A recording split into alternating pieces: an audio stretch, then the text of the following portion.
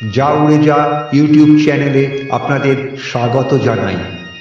তোতাপুরী বেদান্ত সাধনার উচ্চ মার্গে তার অবস্থান। দীর্ঘ 40 বছর সাধনার দ্বারা লাভ করেছেন নির্বিকল্প সমাধি। বিভিন্ন তীর্থক্ষেত্রে ঘুরতে ঘুরতে তিনি এসে পৌঁছেছেন দক্ষিণেশ্বরে।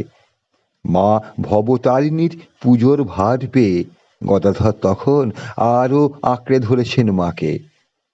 সেই সময়ই সাক্ষাৎ গুরু ও শিষ্যের। গদাধরকে দেখা মাত্র চমকে ওঠেন তোতাপুরী। তাকে দীক্ষা দেবার জন্য মনস্থির করেন, কিন্তু বাদ সাধেন গদাধরের আর এক দীক্ষাগুরু, তান্ত্রিক ভৈরবী যোগেশ্বরী। অবশেষে মা ভবতারিণীর অনুমতি পেয়ে গদাধর দীক্ষিত হন তোতাপুরীর কাছে। শুরু হয় তার বেদান্ত সাধনা। আগের পর্বে এই ঘটনা আপনাদের শুনিয়েছি। যারা এখনো শোনেননি, ডেসক্রিপশন বক্সে লিংক দেওয়া রইল, শুনে নিতে পারেন। এই পর্বে থাকছে ঠাকুরের নির্বিকল্প সমাধি লাভ এবং মজার ছলে গুরু তোতাপুরীর ভ্রান্ত ধারণা ও মা ভবতারিণীর আনুগত্য স্বীকারের ঘটনা। পুরো ঘটনা শুনুন, জানান আপনার মতামত। নির্বিকল্প সমাধি। চারিদিকে ঈশ্বর দর্শন নয়, এ সাধনায় দিক বিদিকের ভাব ভুলে শুধু একভাবে ঈশ্বরের দিকে তাকানো।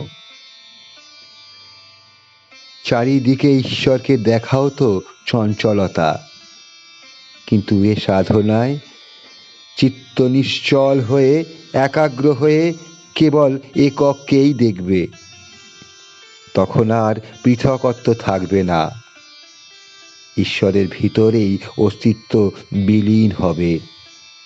ঈশ্বরের যে শাশ্বত শান্তি, তাই অবস্থান করবে মনের মধ্যে। কিন্তু আমাকে এখন কি করতে হবে তাই বলে দাও না, প্রশ্ন করলেন শ্রীরামকৃষ্ণ। তোমাকে এখন বসতে হবে নির্বিকল্প সমাধিতে। নির্বিকল্প সমাধি, যার চেয়ে দূরবর্তী কিছু নেই, যার চেয়ে নেই নিকটবর্তী কিছু, যার চেয়ে সূক্ষ্মতর কিছু নেই, যার চেয়ে নেই কিছুই মহত্তর।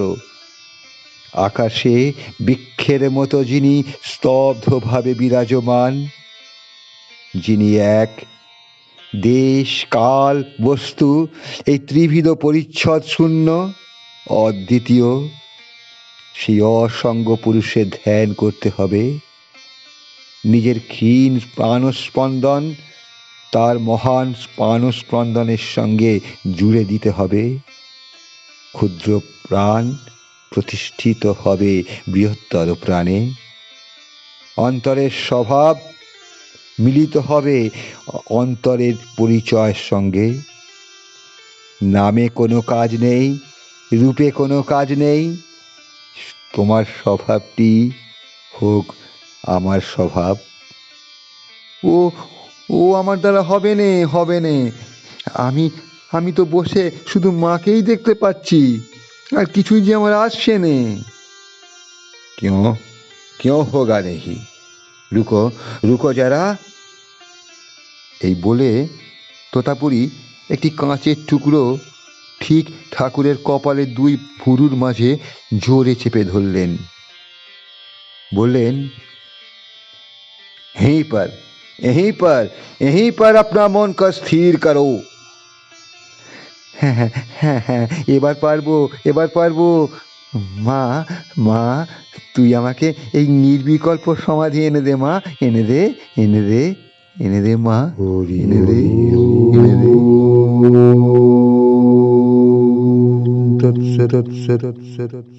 হরি হরি। हाँ, ये हुआ ना बात, बहुत खूब बहुत खूब।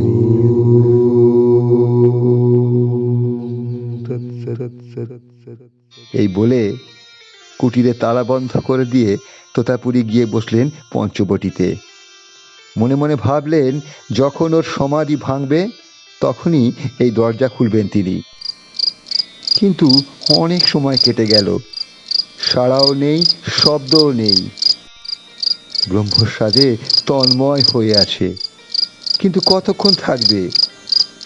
দিন শেষ হলো, রাতও প্রায় যায় যায়। তোতাপুরি মনে মনে ভাবলেন এখন কি করা যায়। ইয়া শনে শুষ্যাতু মে শরীরং সদ্গস্তি মাংসং প্রলয়ঞ্চ ইয়াতু অপ্রাপ্যবোধিং বহুকল্প দুর্লভাং নৈবৎসনাথ কায়মৎসলিষ্যতে। তাই হলো নাকি রামকৃষ্ণের? না না না, ওই দিব্য দীপাধার যার দেহ, তার সম্বন্ধে ভুল হবে কি করে? তোতাপুরি আরও একদিন, আরও এক রাত অপেক্ষা করলেন, তবুও রামকৃষ্ণের ডাক এসে পৌঁছল না। দেহ কোনো প্রয়োজনেরই জানান দিল না। ব্যাপার কি, বেঁচে আছে তো? মনে মনে ভাবলেন তোতাপুরি। দরজা খুলে একবার দেখবেন নাকি? কিন্তু না, কি জানি কি অবস্থায় দেখতে হবে, এই ভেবে তিনি আরও একটা দিন, একটা রাত অপেক্ষা করতে লাগলেন। ভাবলেন হয়তো এর মধ্যেই ডাক এসে পড়বে। সেদিনও যেতে বসেছে, তবুও কুটির তেমনি নিঃসার নিঃশ্বাস শূন্য। তোতাপুরি আর নিশ্চেষ্ট থাকতে পারলেন না, উঠে পড়লেন নিজের আসন ছেড়ে।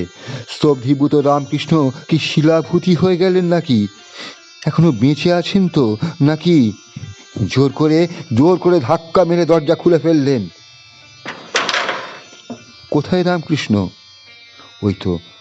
ওই তো যেমন বসিয়ে গিয়েছিলেন তেমনই বসে আছে স্থির হয়ে। দেহে প্রাণের প্রকাশ পর্যন্ত নেই, নেই নিঃশ্বাসের আভাস লেশ, অথচ শরীর তপ্ত, দীপ্ত মুখে জ্যোতির্ময় প্রসন্নতা।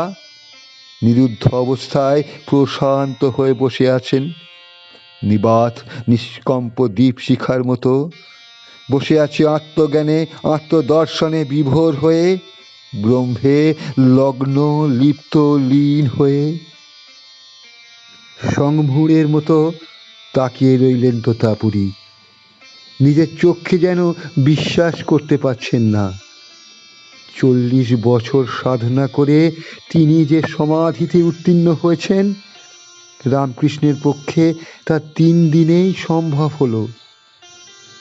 নাকের নিচে হাত রাখলেন, নিঃশ্বাস পড়ছে না। বুকের ওপর হাত রাখলেন, হৃদস্পন্দন হচ্ছে না। বারংবার স্পর্শেও কোনো বিকার জাগছে না চেতনায়।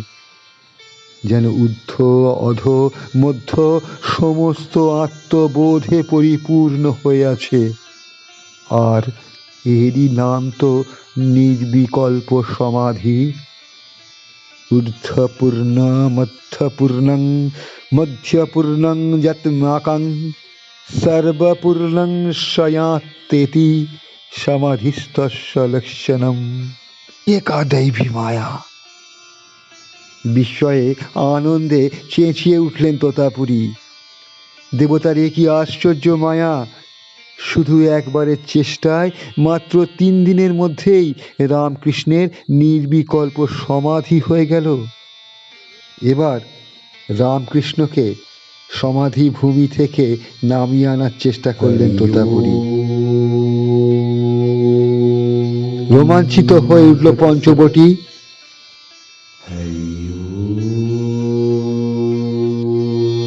রামকৃষ্ণ চোখ মেললেন।